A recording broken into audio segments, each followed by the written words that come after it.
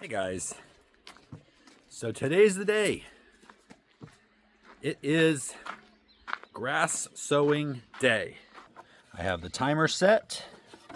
The sprinklers are all coming on as they're supposed to. Do you guys see the green haze down there already of the native grass already coming in? I was worried with this being a lot of fill dirt that it might not, well, first of all, have native seed in it, which it may not. But then also even be able to support life. But it was there most of last year, and it got rained on, it got seeds blown onto it. Daisy and all you notice were pooping and peeing on it. So it's not just kind of barren soil. It's not, I wouldn't call it soil yet, it's still dirt, but it's slightly improved dirt. So yesterday afternoon, I installed the electric fence. So it goes all the way up to that fence, all the way down to the chain link fence, and it works. I already got shocked. There's a couple of lines on here that are just decoys for Bella. At certain points, this was too high off the ground, so this bottom one here is actually not electrified, but it would take a long time of her really testing it out to know the difference. But it goes all the way along the ground. And so far, she still remembers from when the fence was up there. I think she can hear the electricity in the gate, or in the fence. She doesn't even get near it. But it's interesting because since these sprinklers have been out here and going intermittently, she doesn't really spend a lot of time out here. She spends most of her time back there or way up by where the pond's going to be. There, you can see the green haze there better at this angle. So today we're just going to add to that. I'm going to go ahead and broadcast the seed, and then rake it in and then water it. And I'll probably have the watering happening 2 times a day until the grass has been up for 3 or 4 days, and then you know that taproot on each grass is down a little bit deeper. But especially because right now today it's supposed to be 80. It's gonna be warm over the next few days, and then some rain's coming in for Christmas Eve, Christmas Day. Not much, probably. Hopefully not much.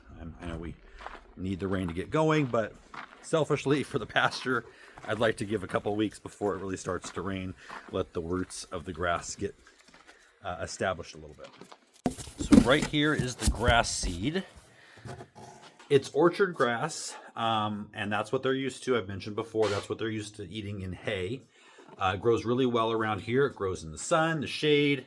It only needs 16 inches of irrigation per year, including rain. And so we get 15 inches of rain average annually here. So it doesn't need that much water just to keep it alive. Obviously, to keep it thriving and growing well, and it will need some additional watering. But if ever we need to not water for a little bit, it's not going to completely die out. Plus, it pretty much won't need any irrigation from like December through March or April. This is the spreader I'm going to be using. So I guess just quit hem-hawing around and get started, right? So I think to minimize walking on the seed once it's out there, I'm going to go in sections, kind of like I did the raking. Do one section, rake it over, move to the next section, and try not to paint myself into a corner, figuratively.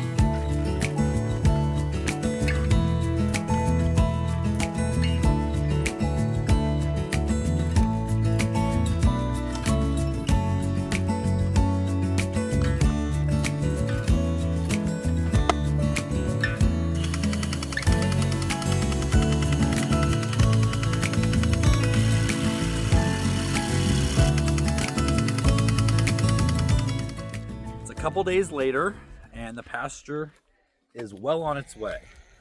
Timer's working, sprinklers are coming on twice a day to keep everything watered.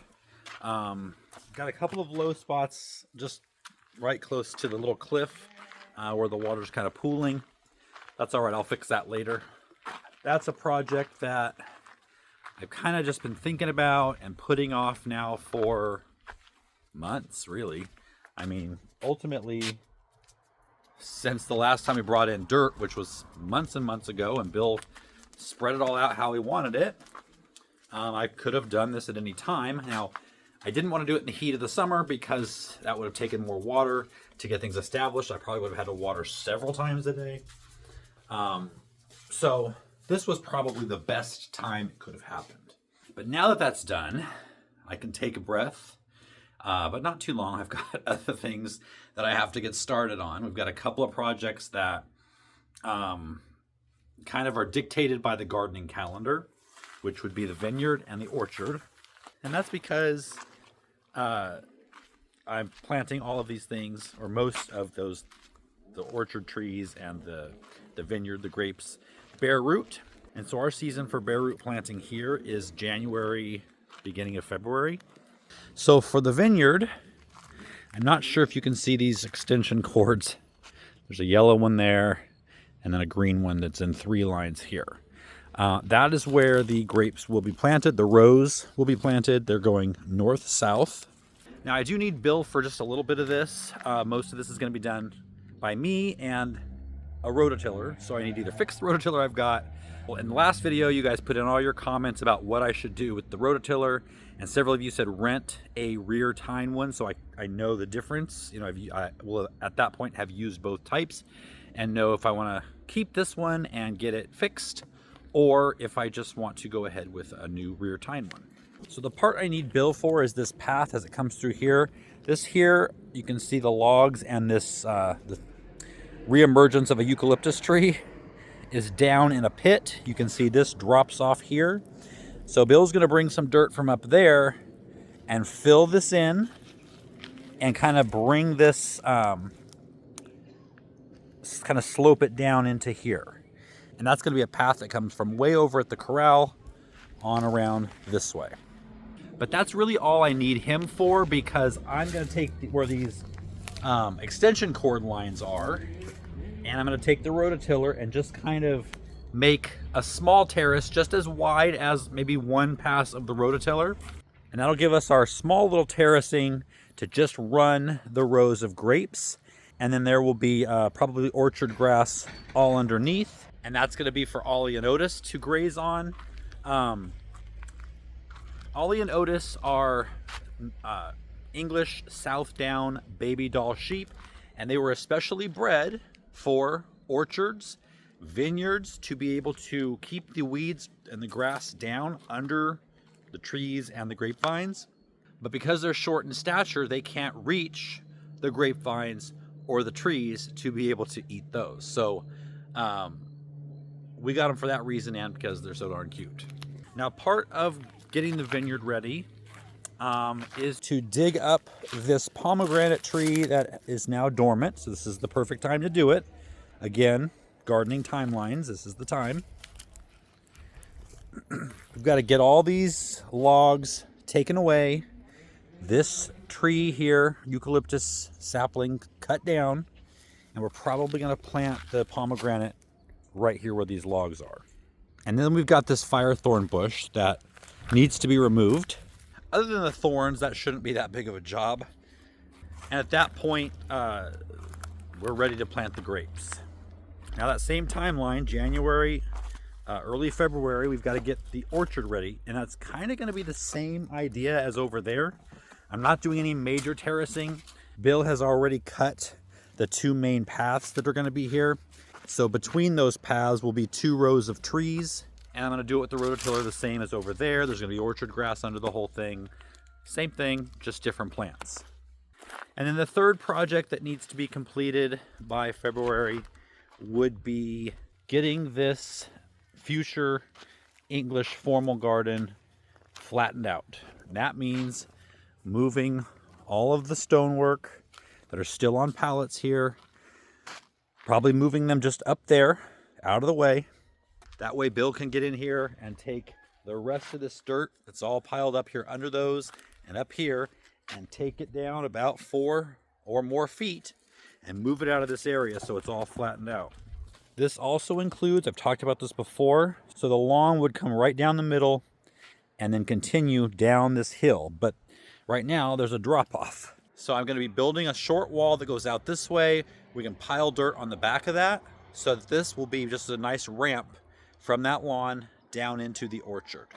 So this espaliered fig tree is on its way to dormancy right now. It may not look like it, but it is losing its leaves. And so that will be dug up. I'm digging it up because it's going to be too big for this area. I kind of knew that when I planted it. I don't know why I went ahead and planted it. I thought I could keep on top of it, but when I found this last season through the summer, it just grows so fast that I'm constantly having to trim it to keep it tiny for this area. And that's just not going to work. I need to get another semi-dwarf or dwarf fig tree like this one right here. This is strawberry jam, which has ended up being my favorite fig I've ever had. So if you can find a strawberry jam fig tree, you won't be disappointed. This one's going to stay here though. This will grow to about 12 to 15 feet and just have a nice little canopy over this area. But the fig tree I'm digging out, plus I'm going to buy 2 to 3 more. I haven't done the measurements yet. All of these eucalyptus saplings here are going to be taken out, and we're going to plant espaliered figs all along the chain link fence. Let them grow up about 15 feet tall. That's going to block out the road and the greenhouses over there, but allow us to still see the mountains. They grow quick. They fill in, so it'll be a nice wall of green, except in the winter, but that's okay. And then in terms of the vegetable garden, I am going to start on our shade structure, and this has to be done before spring planting. And I'm going to try to plant early this year, especially tomatoes. So over the tomato bed and over this first terrace down here, we're going to have a shade structure, probably just tall posts with shade cloth. Whether it's going to be retractable or not, I haven't decided yet, but probably not. It'll probably just be hooked so we can unhook it if we want to, maybe during the winter. I don't really know if we would need that. So in terms of tomatoes, these tomatoes are still doing great. We've got lots of tomatoes on here.